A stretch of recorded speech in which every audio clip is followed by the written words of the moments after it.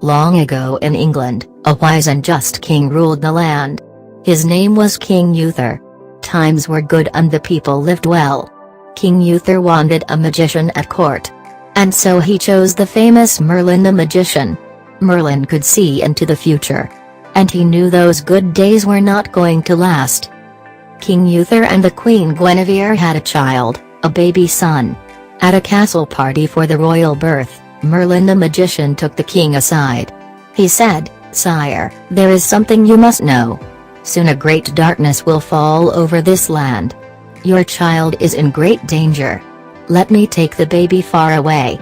I will be sure he stays safe." "Merlin," said the king in surprise. "You are a great magician. And you are my friend. But there is no way we would let anyone take our child away." "Sire, there is something you must know." Sadly, soon after the child's birth the queen died. Not long after, King Uther was killed in battle.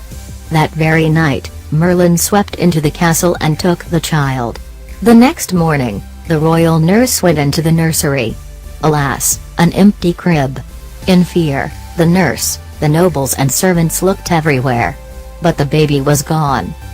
For years, there was no king to sit on the throne. No king to set the laws. Men of high rank fought each other to be king. Darkness fell over the land. Robbers and bands of wild men ruled the streets of London. Evil men broke into houses and took what they wanted. Travelers on the roads were jumped and robbed. The people of England lived in fear.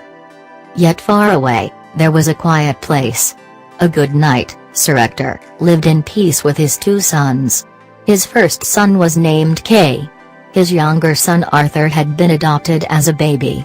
Years before, a stranger had come to Sir Ector with a baby. He asked if Sir Ector would raise the child. The old knight took the baby in his arms, glad for a second child. He named the baby Arthur, and raised the child as his own. Yet far away, there was a quiet place. When Arthur was 10 years old, the same stranger returned to Sir Ector's home. He could read and write, and so Sir Ector hired him to teach his 2 sons. Kay could not sit still for lessons and he stopped coming. But Arthur listened with wide eyes. He learned everything.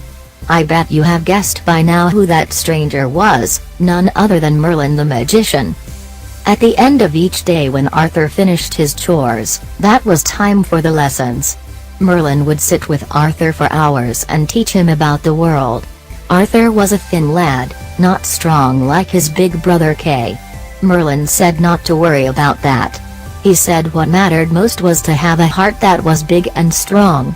Merlin saw how the foxes and deer followed Arthur. He could see that the boy had a very big and strong heart. By the time Arthur was 16, his brother Kay had become a knight. He was now called Sir Kay. Arthur loved nothing more than to serve his brother as a squire. He kept great care of his brother's tunic and helmet, his spears and lances. Merlin saw how the foxes and deer followed Arthur. One day at lesson time, Merlin looked away. He stood up. "What is it?" said Arthur. "The people need hope," said Merlin. "Arthur, there is something I must do. I must go now." That night, when the night time was at its most dark, Merlin the magician came to London's Market Square. He stood in the middle of the square. He held both his arms high. And pointed his wand to the stars. The next morning at dawn, people started to arrive at the market. There in front of them was something most odd. A block of white marble stood in the middle of the town square. Resting on the block was a giant stone the size of a very large rock. At the very top of the stone there was a golden sword handle and a few inches of the blade, shining in the sun.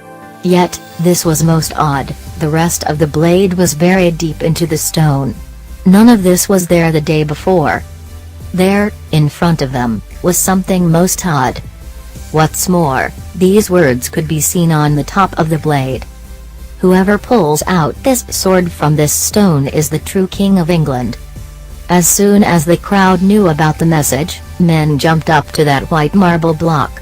One after another, they gave the sword a yank. Each tried and tried, but the sword stuck fast. It would not move. One said in gloom, "There is no man alive who could pull out that sword."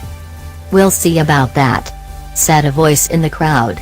The Duke of Cornwall, dressed in silks and ribbons, stepped up to the white marble block. Hear ye," he said. "I call for a tournament to be held, 1 month from today. Knights from anywhere and everywhere in England are invited to come. There will be contests and prizes. And a grand feast for all." The Duke said to his wife, the Duchess, "If I know men, this tournament will draw the strongest, finest knights in all of England." Said the Duchess, "Good idea, my dear. All we need is one knight who is so strong he can pull that sword from the stone. Then we will have a king again, at last. I call for a tournament to be held, 1 month from today." The people danced and cheered. At last there was something to feel happy about. News of the tournament traveled fast. From castle to village, to every far corner of the land. At last, word got to the faraway home of Sir Ector. Sir Kay heard the news when he was polishing his helmet. "Arthur!" he called out. Arthur was by the woods, feeding birds from his hand. He set down a pile of seeds for the birds, and a pile for the squirrels. Then he ran fast to see his brother. "There you are," said Kay. "There will be a tournament in London.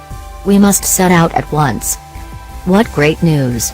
Arthur had never been more than a few miles from home. He would be the best squire ever for his brother.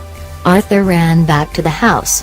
In the courtyard his father was getting the horses ready. Sir Ector and his 2 sons rode through London on their way to the tournament. Riding through the market square, something shiny glinted in the sun. "That sword looks like it goes right into that stone," said Arthur. "But how can that be? That's impossible." "But why were guards standing all around it?" The father and his 2 sons reached the tournament. Sir Kay ran off to get in line to register. Sir Ector greeted many old friends, dukes, earls, barons, counts and countesses. Arthur sat in their tent, polishing his brother's helmet till it shone bright. "My goodness," said Arthur. "It looks like that sword goes right into the stone. But of course that's impossible." A bugle sounded. The tournament was about to begin. "Get my sword," demanded Kay. "Right away," said Arthur. But where was it? Arthur looked around in panic. Kay's spear, battle axe, and dagger were right where they should be. But no sword. "Kay," he said, "how about a battle axe?" "Arthur, I said my sword." "Yes, of course," said Arthur. "But just a moment." "Be quick about it," said Kay. Kay's spear, battle axe, and dagger were where they should be. But no sword. Arthur ran back into the tent. Maybe he had left Kay's sword there? He searched through the bag of armor and weapons. How could he let such a thing happen? Then he had an idea. Very fast, Arthur rode back to the market square. The guards were not there anymore, they must have all gone to the tournament. Arthur stepped up on the marble block. "Let's see if that sword can get unstuck." He took hold of the handle of the sword. He moved the sword a bit. "Hey," he said. "It's looser than I thought." With one big tug, the sword slid out. Arthur was thrown back, but the sword was safe in his hands. "I will be sure to bring it right back." He raced to where his brother was waiting. "Here it is," he said, handing the sword to his brother. Kay took one look. "Oh," he said in surprise. "What is it?" said Arthur. But his brother was gone. Soon after, he heard his brother's voice outside the tent. "Father, I have something to show you." Kay and his father stepped inside the tent. Kay took one look. "Oh," he said in surprise. "Look," said Kay. He pointed to the sword. Sir Ector stared. His face turned white. "Kay," said the father, facing his older son, "where did you get this sword?" "It is mine," said Kay, holding it close to him. "I have it now." "Kay," said the father again in a stern voice. "I will ask you one more time. "Where did you get this sword?" The young knight's head dropped down. "From Arthur," he said. "He lost my sword. Somehow he got this one." "Arthur?" The father turned to his younger son. "How is it that you came by this sword?"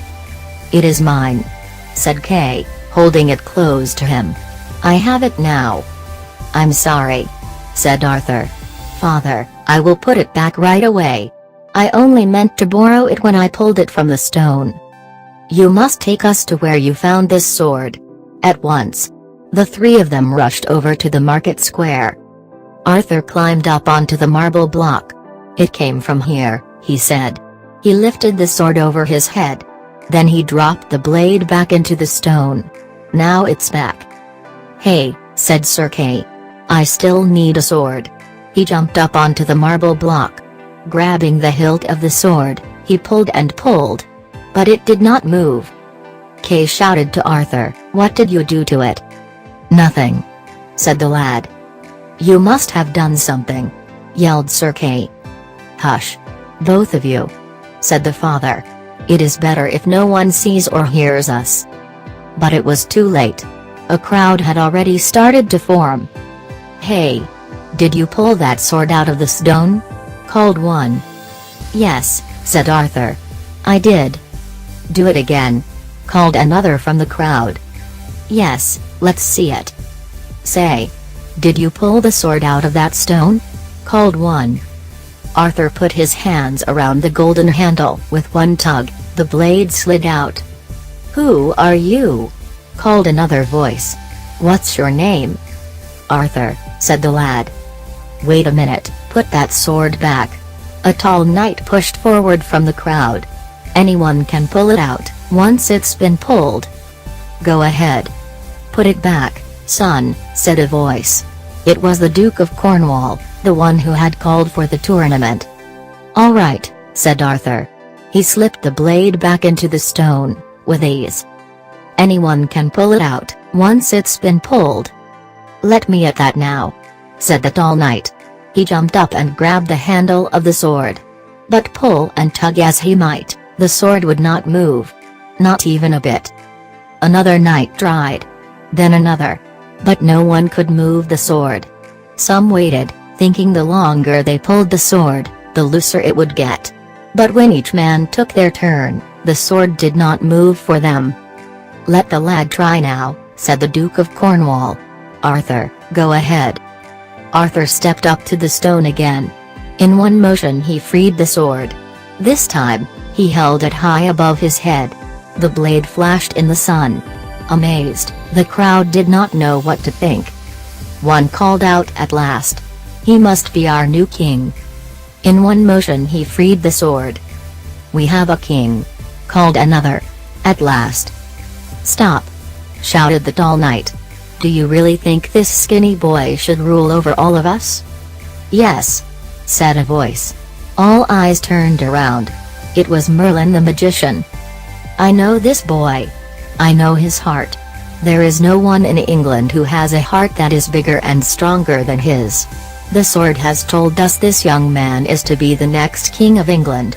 And there is something else." A hush fell on the crowd.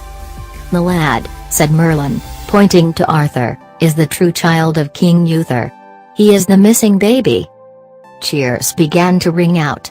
"Hail, King Arthur!" called someone from the crowd. "Hail, King Arthur!" called a voice. Sir Ector fell to his knees. Then Sir Kay. One person after another fell to their knees, too. All cheered. At last, a king had been chosen. A fresh young king, and a new day for England.